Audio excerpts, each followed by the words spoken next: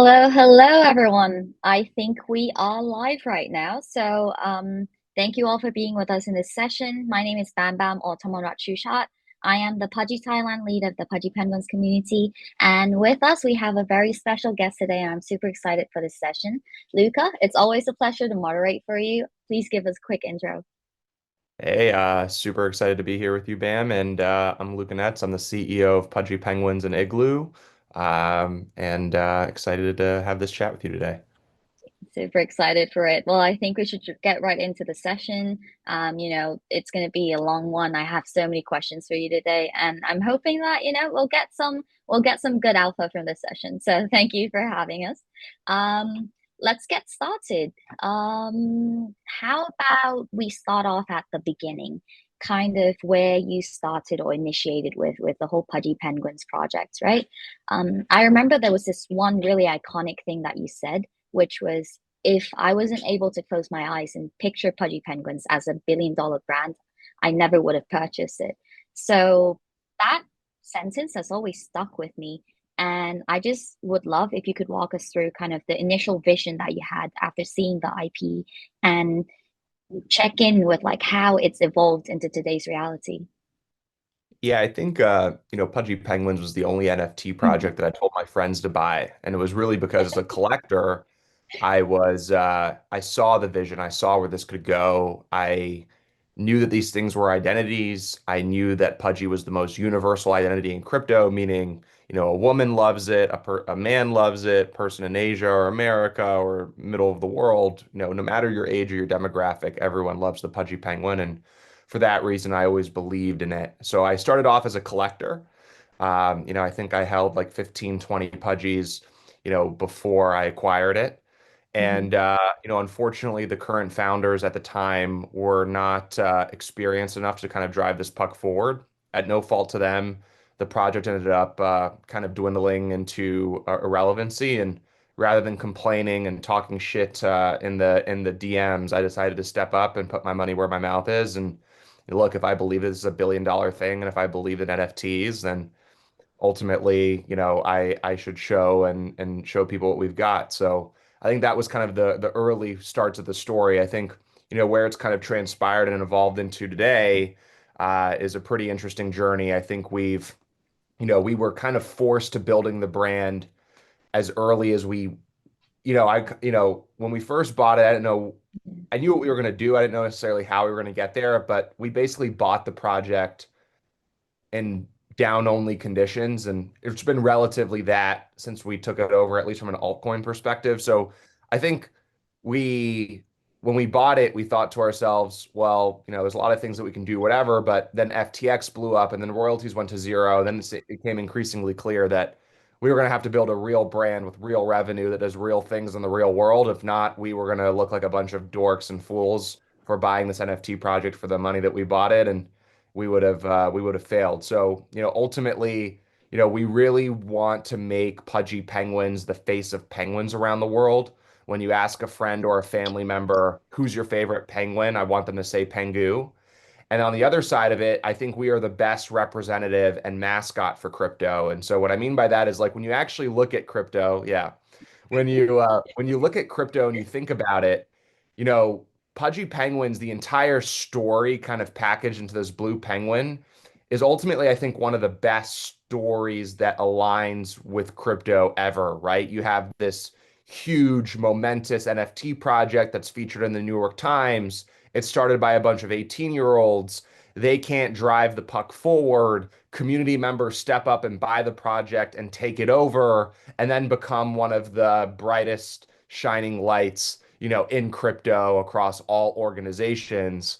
And then this character resonates with everyone, man, woman, 50 or 5, and so like all encompassing, I think it just has all the ingredients to be this mascot, to be this face.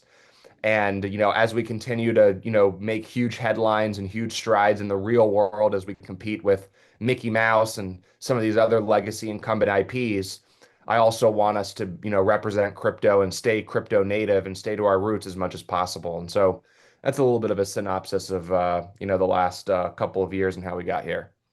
Yeah, I absolutely love that. I mean, when you say you saw the potential in it becoming the face of crypto, it becoming like the mascot of penguins and stuff, I think it really reflects with, community members, holders, everyone wants to rep their penguins. Like I'm repping my penguin as a PFP.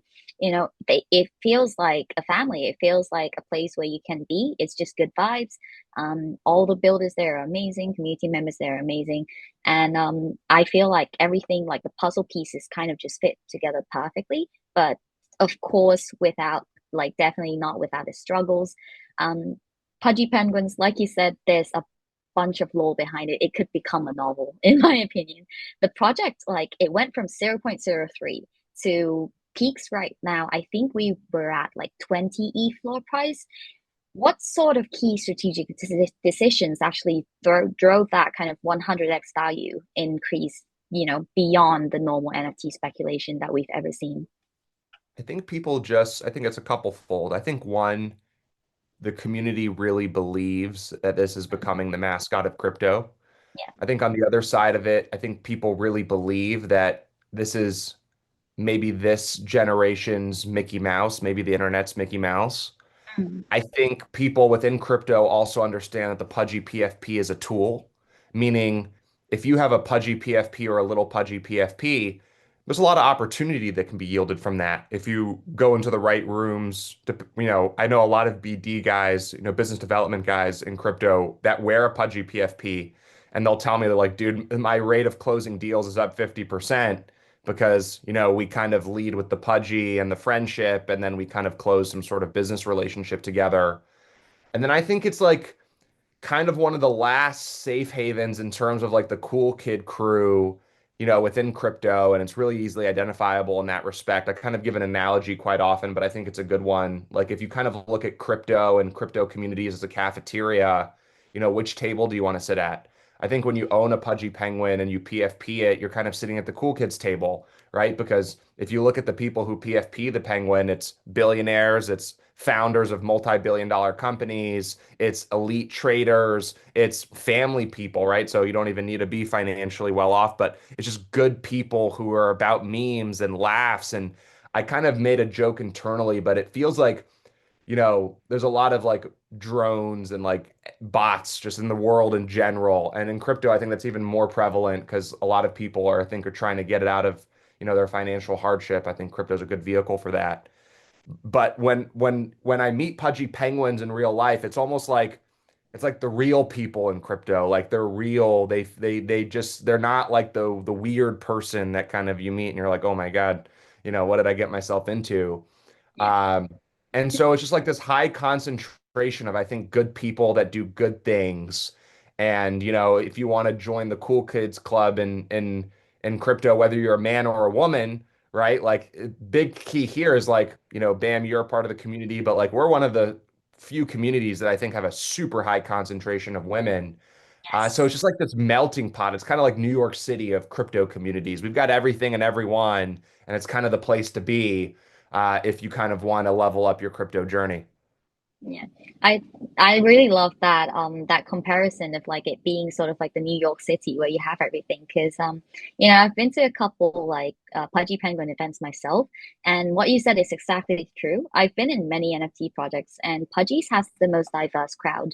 You have Asians out there, like shout out to the Asian peeps who are pushing hard to grow Pudgies in Asia right now. Cheryl, shout out Aaron, and a lot of amazing builders. And you also have a lot of women, which is something that I absolutely love because, you always need that safe space to be able to go to. And I feel like Budgies is able to do that. Now, I'm just going to circle back to kind of like the original lore that you were talking about earlier. And I noticed that you mentioned the royalties as well. And I know there was a period of time where the royalties were kind of like what projects were using to sustain itself. Um, and you mentioned before that the royalties sort of provided like a safety net that sustained operations. So, how were you able to build a sustainable business model that could survive through the crypto market cycles, the royalties sort of, being cut off, and everything like that? What went through your mind during that situation?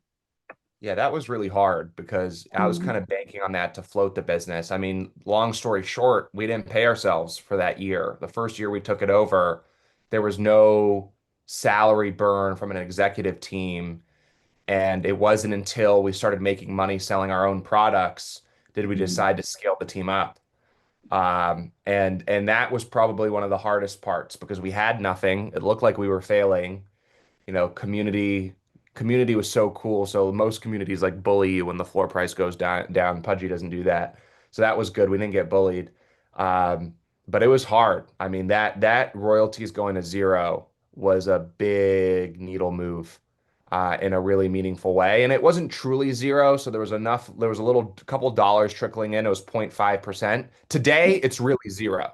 Today, Pudgy Penguins on makes 30 grand a month from royalties, like from a couple nice people wanting to actually pay the royalty because they pay homage.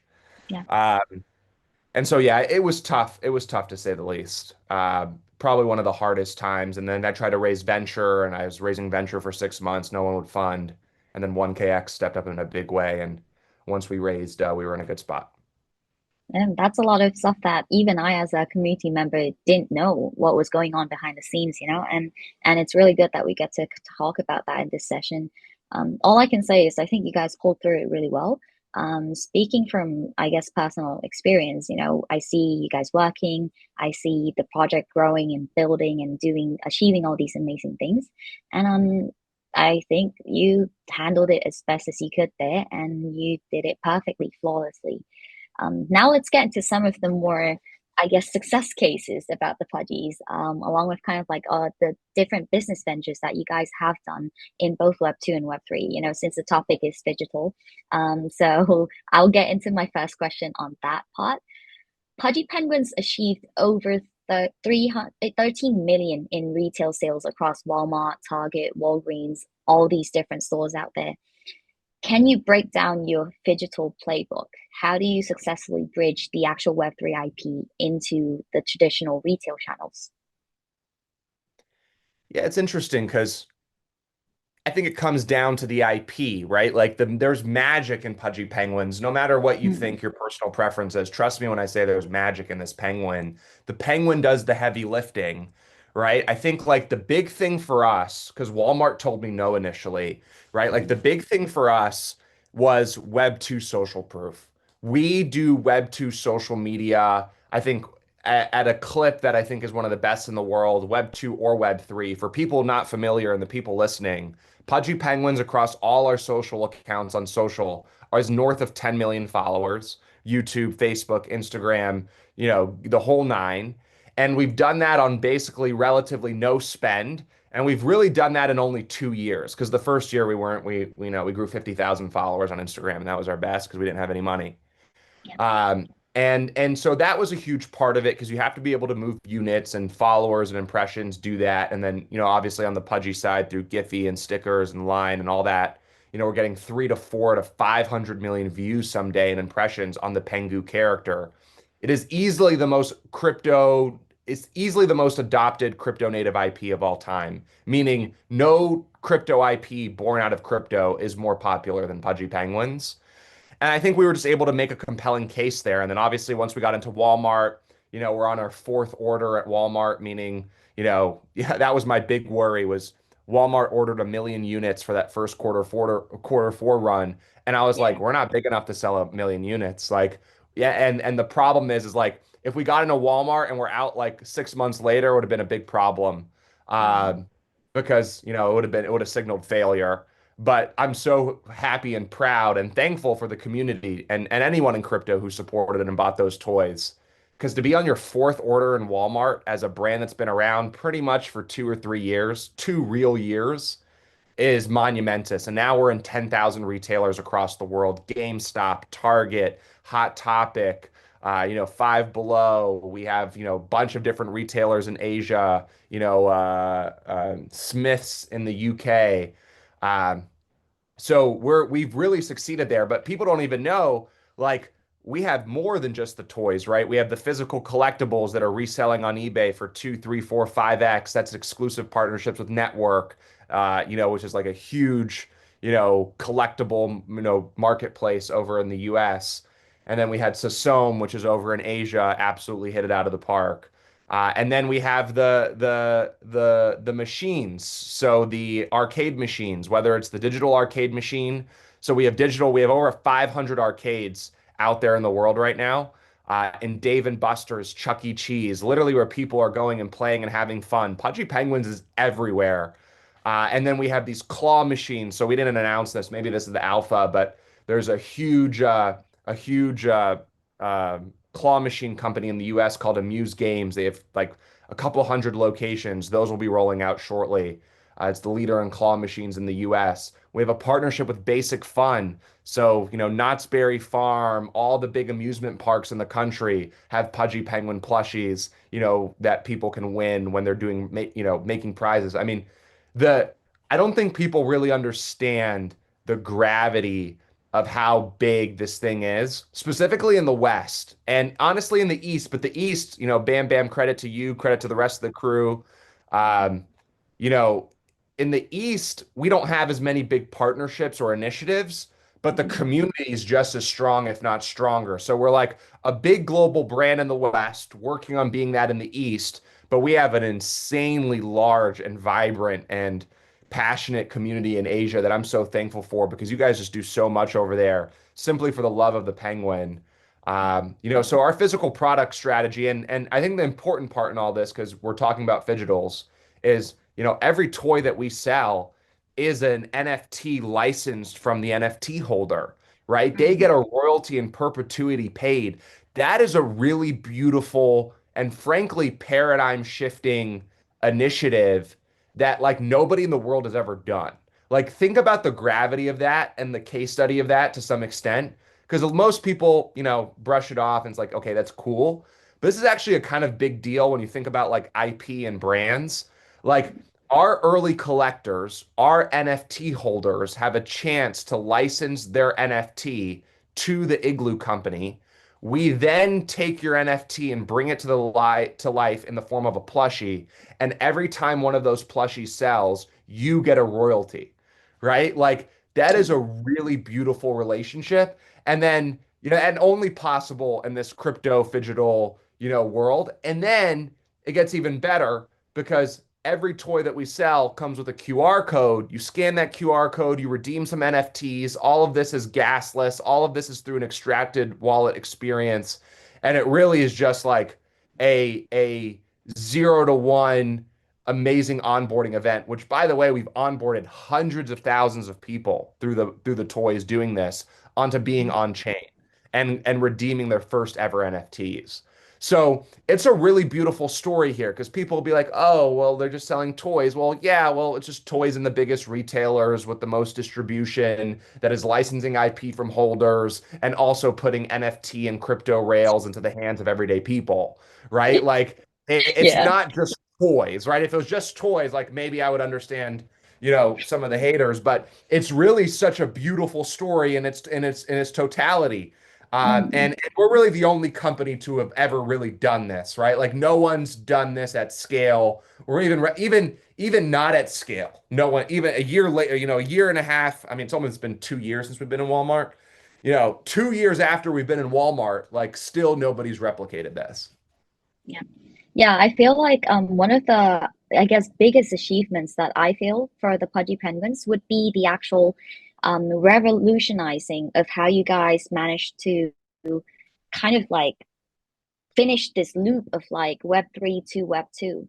It's like you said, right? You're licensing out holder NFTs, like community member NFTs, making them into these toys, and then you're onboarding Web2 people without them even knowing it or them having to worry about it. Like my cousin, for example, she's like 11 years old. She's in the UK. She bought Pudgy Penguin toys from Smith's Toys because I told her like, hey, I really love this IP. Like, I'm working with them on building like an Asian community and all this, and you should check it out. It's in Smith Toys now. And she bought a bunch, and then she's been playing like the game, and she's been accepting these like trades on Pudgy World, and she's absolutely loving it. And she doesn't even have to know or have to worry. Her parents don't even have to worry about NFTs being scary or anything because literally it's just a cute penguin. And I feel like that's where you guys kind of like sort of you finish the loop there. Like you're able to make sure that everyone involved is able to feel appreciated, enjoy, and just vibe and be happy. And I that's one of the things I think like you did really well on in terms of just bringing this whole thing to life in the traditional market as well as in Web3. I Now, appreciate it. no, it's the truth, it's facts. Another notable achievement, your Giphies. Your content, I just saw today, I think has reached 50 billion views on Giphy now. And you said that previously, when you started off, you had 50K followers on Instagram. Now your follower number numbers are increasing on a daily basis. There's new people talking about the pudgies. There's new influencers playing with the plushies here. They're playing with the mascots. They're like seeing them around the town, engaging with them in different ways. What's the secret to that? What's the secret to creating viral, mainstream, friendly content from a Web3 IP without actually losing the crypto native community? Yeah, it's pretty interesting because this is really relevant, I think, to, what we recently did with Pengu and like one of Yeah. my theses around it, which was like meme coins today seem like pretty lackadaisical in their execution and what they do. And the Mm, gifts really inspired me and convinced me that like Pengu needed to happen because what are gifts? Gifts are expressions, and Giphy is an expression engine. Tenor, stickers, whether it's line or cacao or Giphy or tenor, right? Like gifts are expressions, and those platforms are expression engines. And a majority of people use GIFs to make memes and to communicate something funny or to make something lighthearted out of maybe a serious conversation or even a funny conversation. And Elon Musk said the person who controls the memes controls the world. And Luca Netz says the person who controls the GIFs controls the meme, and the yeah. person who controls the memes controls the world. Because memes and GIFs are synonymous, they're the same thing. And so when I say and I tell people, look, we have 50 billion views on Giphy and we're getting 300 to 400 million views a day on them, and they ask themselves, well, why does that matter? Mm, Well, it is the meme coin. It is the meme. It is yeah. the internet meme. I mean, because nothing like you can say your thing is a meme coin, but where's the meme? Where I don't see it. I don't see people memeing with it. I don't see people using it as a meme tool, Yeah. right? With Pudgy, it's unequivocal. I mean, this is the most highly impressioned meme in crypto, and it's a statistical fact. You might Mm, not agree with it because your bag, you don't have a bag and you have a different bag, and so your bag bias, right? But remove that from the equation. The fact is simple. Pudgy Penguins Pengu, from a data perspective, from a statistical perspective, is the most highly impressioned meme in crypto by far, by a landslide. No one can statistically refute that, right? yeah. That is a fact. That is a data-driven fact. And don't even take my word for it. Just run the numbers. I've run the numbers 100 times, right? And Yeah. so, like that Giphy is so important. And but half of those gifts are NFTs that we made out of people's NF. It creates a sense of belonging. Like, what is a community without like a handshake? All cool kids have their little handshake. Like our gifts are our handshake. It's our way to communicate. It's our way to signal to somebody else that this person is a bro or this person is like a friend. And it's just a really great aha moment, I think, for everyone in crypto to kind of engage with them. Yeah, I mean, I feel like it's instinctive for people, you see the GIFs, sorry, I don't want to offend anyone here, on Twitter, you want to engage with it. Like, you want to reply with your own GIFs if you have them. Like, I have my favorite one, which is like the spinning spoon one that I requested a while back. I use it daily because I'm like, I'm a part of this, and then you can share it with your friends. And then everyone else is like, oh, let me share mine. And then you see Web2 people also using it, and they don't even know what's the background behind it. They just know it's a cute penguin and they enjoy it. And that is like so amazing to see, just like it slowly proliferating into everyone's lives without people even having to, force it, or without the team having to force it. It just comes naturally because we're in the age where people communicate with gifts. We're in an age where people communicate with memes, so why not hit that market? I think you guys, yeah, like you said that perfectly, and I think you guys are doing amazing on that side.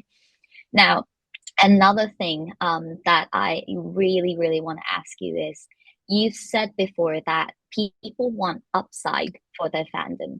So when it comes to this, how does that fundamentally change the entertainment and IP business model compared to the more traditional licensing approaches?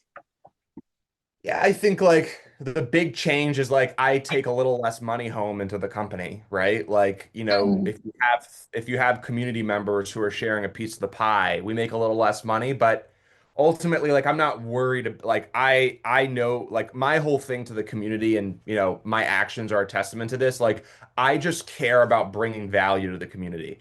I know that mm, if I make my community members rich, they'll reciprocate that value when the time comes, right? mm, And so from my perspective, like I don't really care too much about that. I think it honestly just tells a more compelling story. And if I'm a Star Wars collector or a Pokemon collector and I see this Pudgy Penguins thing, you might be collecting that other stuff because you have some sort of affinity towards it. But if you don't towards Pudgy, the business of being a collector in Pudgy versus being a collector somewhere else, it's a better business being a collector here. So if you treat collecting like a business, you should be collecting here because the value proposition of collecting here is exponentially better. Um, and so that's probably like the big separation in my opinion. yeah. I mean, I can personally verify that as well as someone who's Lil Pudgy has been licensed, has a GIF, has showed up at the events. It's all worth it. Like that's it. That's all. Like there's nothing else. Like who would have thought buying one NFT could practically change your life? Like you become a part of a core community, you get to go to these super cool events, meet with amazing builders out there, and you're actually becoming a part of like an industry that's growing or something revolutionary that's moving the needle of Web3 when it comes to actual business models, when it comes to actual like opportunities in the traditional market. Now, to celebrate that and what you guys have done, I know that the toy industry has also awarded you with the Toy Insider's Top Holiday Toy of 2023. That was a huge accomplishment, in my opinion. I was really excited when I saw that on the timeline. I want to know what lessons from traditional toy marketing have you used, because I know that previously you've always worked in kind of like the toy or children's entertainment kind of industry. So what sort of lessons did you use from traditional marketing to apply into Web3 brand building, and kind of like how has that reimagined, the business and everything behind Pudgies? Yeah, it's an interesting question. I think there's a lot of parts we took. I mean, just like basic marketing and basic rollouts and having the right partners. Obviously, if I didn't have that, I had Gel Blaster, which was the company before Pudgy, was Walmart's best-selling toy for the year prior, right? So Mm, a lot of that experience, like they took a bet. I mean, let's just remind what happened. Like, we were in a pallet in the front of the store. It was Star Wars, Barbie, and Pudgy Penguins. You yeah, know, like they don't do that for anyone. They don't do that. They don't do that. You have to be Star Wars, right? Like you have to have movies and TV shows and blockbuster games to do that. So they yeah. took a big chance on me, and I think that was probably like a big edge case.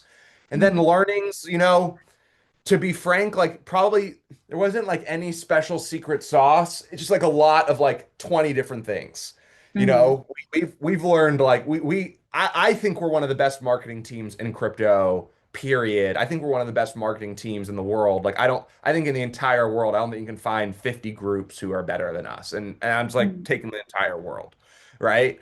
So I think from our perspective, like we know how to move product, we know how to get impressions, we know how to market. I think for us, um, a lot of the learnings came from like previous relationships and things like that. yeah. Yeah, I think that's definitely a huge part of it, right? And one of the things I'd say that you guys do really well, or the Pudgy Penguins brand does really well as well, is finding, the great partners who can help push the project, the products and everything like that in the right direction. Um, hearing that Walmart took a chance on you guys and you're next to like all these huge IPs, that's a huge step for crypto. That's a huch win right there, you know?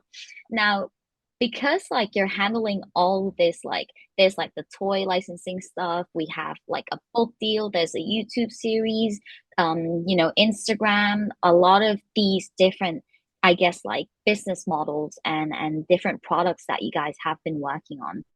How do you balance between serving the crypto holders or like, making sure that they're like well taken care of or they're vibing and nothing's wrong there versus attracting mainstream audiences who may never touch Web3?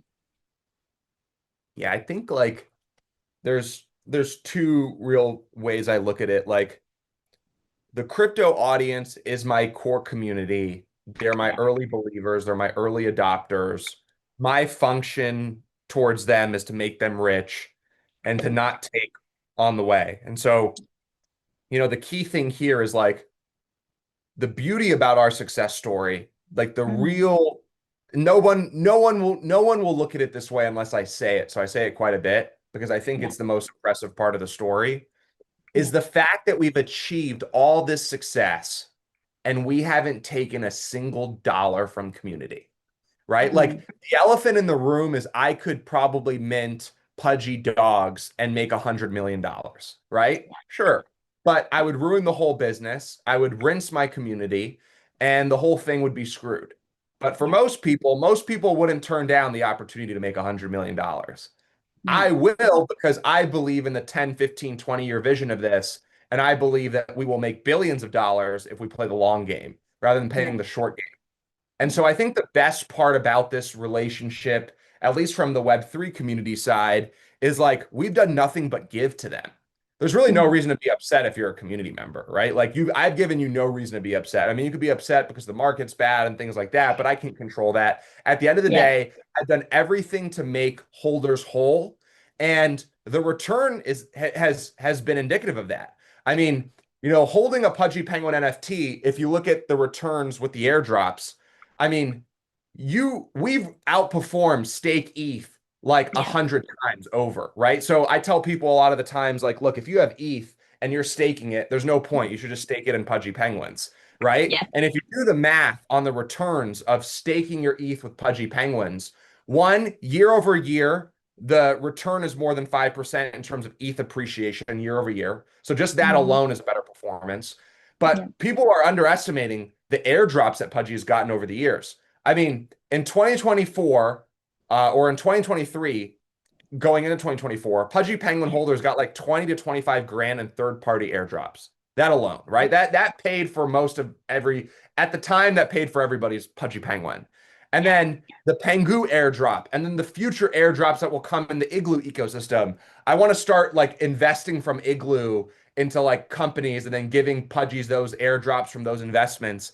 Like the total yield of a Pudgy Penguin over the last, couple of years has been hundreds of thousands of dollars, right? Off Yeah. of a pretty nominal and fair cost basis. And like that's why we have such a passionate, fervent community. I mean, look, you might not like one thing that I do, or you might get upset at a community member or whatever, but like at the end of the day, you're not going to park your ETH anywhere better to make a return on capital. And then that's not even factoring in the social element of it and how much that can push your personal brand, how much it can grow your Twitter, how many friends or business deals you can procure, right? That is like you can't even index that, Yeah. right? So from our perspective, it's just like, okay, make Web3 holders rich, provide value to them. They will always backstop us and support us when we need it. On the Mm-hmm. Web2 side, let's just create a brand that's self-sustaining, that is becoming the face of penguins around the world, and they will eventually catch on to the Web3 side and the wealth effect that the Web3 side is having, and they will decide to buy Pengu or a little Pudgy or a big Pudgy or a fishing rod, and they want to be a part of that journey and that success story. And that's kind of Mm-hmm. how I look at it. The Web3 side is like, if you want alignment on this train of, what I think is a train of success, then come and Mm-hmm. participate. If you just want to be a consumer and you love the brand and, you just want some toys, then the Web2 brand lives in that capacity for you. Yeah. That's, I think, a perfect sort of like explanation for both of the like I guess the different sides to the Pudgy ecosystem, right? Finding what suits you and what you want to enjoy, but at the end of the day, the penguin is for everyone. You know, there's a penguin for everyone, and there's like some sort of penguin product for everyone as well. We've talked a lot about penguins here, Luca, but there's another thing that you guys have been avidly building as well, which is abstract. So I was wondering if we could get into some abstract questions as well. Yeah, of course. Okay, let's go. So Abstract Shane launched in January. Correct me if I'm wrong, but I know that previously you have never launched a chain before. So there were some doubts, there were people who were like, what's gonna happen with this chain? Like, why is this NFT project or this NFT company now working on a chain? Um, so I just want to kind of like get your thoughts on that, like how you got to deciding to create Abstract, and also, if there were any lessons that you learned about launching a consumer-focused blockchain, the infrastructure of it all. Yeah, so I think from our perspective, like the same opportunity we saw in NFTs, basically, I knew when we bought Pudgy, we were going to come in, set the bar, and that we were going to be the biggest and the best, right? I don't Yeah, do anything, I don't think that. And I think if you just look at the data and everything that you can possibly look at to visualize that, I think since I bought Pudgy, that fact remains true, right? Like there hasn't been a better NFT that you could have bought since I acquired Pudgy. yeah, And I see the same opportunity in blockchains, right? Like mm, L2 specifically, we're not a robust technical team. We have no interest in building our own chain. So L2s obviously make that relatively easy. yeah, But the opportunity, I think, in blockchains is not on the tech stack. It's on the user interface and the mm, experience, right? Blockchains are like LLMs. A blockchain's function is to get one transaction from point A to point B. An LLM's function is to answer your question with the best degree of certainty that the answer is right, right? Like it doesn't matter if I'm using Claude or ChatGPT or if I'm using Solana or if I'm using, Ethereum or Sui, like it all does the same function. And if they don't, if you have an argument as to like that's just not true, mm, give it 12 months. I promise you it'll all get competed away, right? Like yeah, why is Chat GPT so let's apply this model to blockchains today. mm, Why does Chat GPT is so much more valuable than Claude that basically answers the question the same, right? yeah, Well, the answer is simple. ChatGPT has the interface, it has the app mm, that everyone yeah, uses, and it has the brand that everyone knows, mm, right? So blockchains is the same thing, right? If Sui and Solana do the same function, why does Solana have so much more momentum than Sui? They have the mm, platforms, they have the yeah, brand, they have the interface, right? Well, they don't necessarily have the interface, but they have the third party interfaces at least. yeah, I'm trying to create the chat GBT style interface, right, to the blockchain, right, which is mm, this thing that people can go in and use, sign up easily, seamlessly, and kind of plug in. And I think yeah, that's the great innovation at Abstract. And so I encourage everyone listening, it's a really interesting experience for people who've never used it before. yeah, But go to portal.abs.xyz, sign up, fund an account with half an ETH, and actually see what that experience is like. And tell me how long it took you to do that. I think it's the yeah, best 0 to 1 in crypto, and I think it's the best consumer interface and portal in crypto. And the network effects of that are huge because we have built-in distribution. If you're a builder, there's no better place to build than on Abstract because all I need to do is give you a spotlight and a badge, and you have instant PMF on your app instantly, like a snap of a finger, right? No yeah. other place in crypto does that actually functionally exist other than on Portal and Abstract. Yeah. I mean, I will be honest here. When Abstract first launched, I was kind of like putting it off a little bit, like the whole sign up thing, because I was like, oh, this is going to be complicated. It's a chain. Like, I'm going to have to learn all the ropes and stuff. And then I actually got to it and I was like, well, I'm done. And that was one of the coolest parts, I think, that I experienced with Abstract. And I've just been using it every day. It's a fun place to go find new games. You can watch cool streamers just like talk about stuff, play different games, learn more, and just like it's a really a place where you kind of just instinctively visit on a daily basis now. Like for those who use abstract, they end up going back to it. Now, you brought up a really good part, Luca, about the whole sign up process. Um, I know that one of the things that Abstract aims to do is to kind of like eliminate the Web3 complexity of the whole thing. You guys are using email based wallet creation through the portal. Um, and so for this part, you've mentioned before that like you've mentioned losing 50% of users with every additional click. How do you truly solve the onboarding problem at scale? I think it starts with a 0 to 1, and I think Portal is that Mm, product, right? So like, why yeah. haven't we hit scale? It's a very simple analogy that I think the audience will appreciate. But my Mhm. analogy is, look, blockchains today, let's compare blockchains now and social medias, right? Yeah. Blockchains today are built like 4chan, right? Meaning Mm, if you know how to navigate 4chan, you put the pieces together, it can be super helpful, right? yeah. If you don't know how to navigate 4chan, you click the wrong thing, it can be super harmful, right? Yeah. Blockchains today have that exact experience. I use Ethereum, I know how to navigate, I put the pieces together, MetaMask, Uniswap, great, I can figure it out. And it can be super beneficial. I click the wrong thing, the wrong link at the wrong place, my all my money's gone. I hate crypto, I never want to come back again. Mm, yeah. If you take that same analogy, blockchains need to now evolve into being Instagram, right? Instagram, login, username, password. I can do everything that I can basically do on 4chan to some extent, right?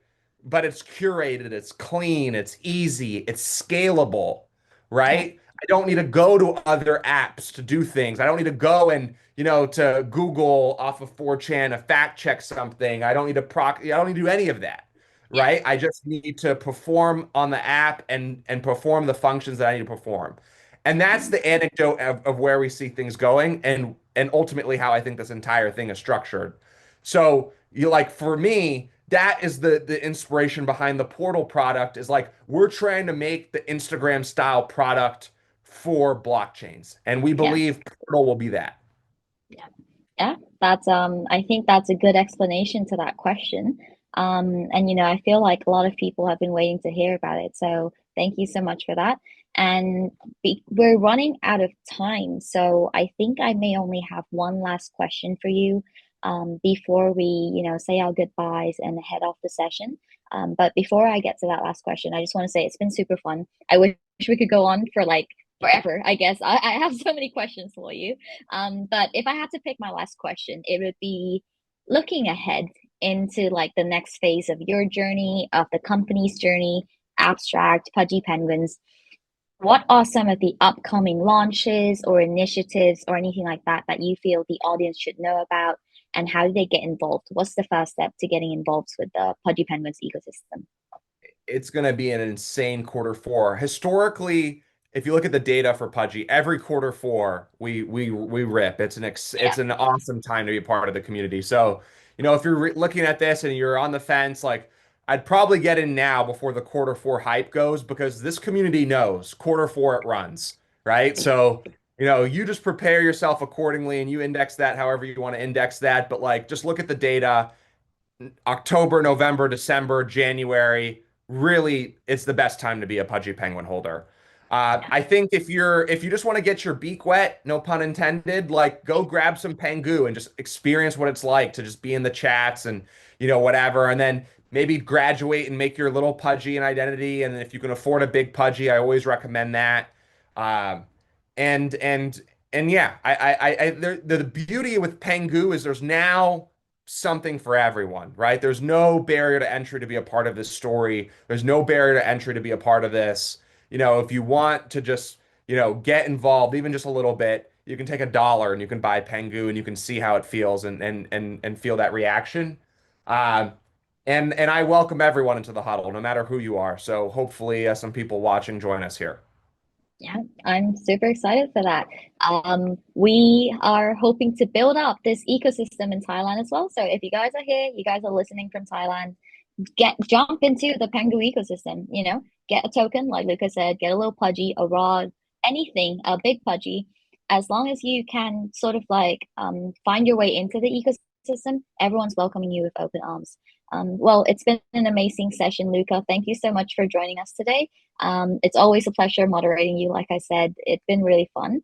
And I think this is the end of our session. Thank you, everyone, for listening to the Bridging Web3 to the World, the Phygital Playbook for Mass Adoption.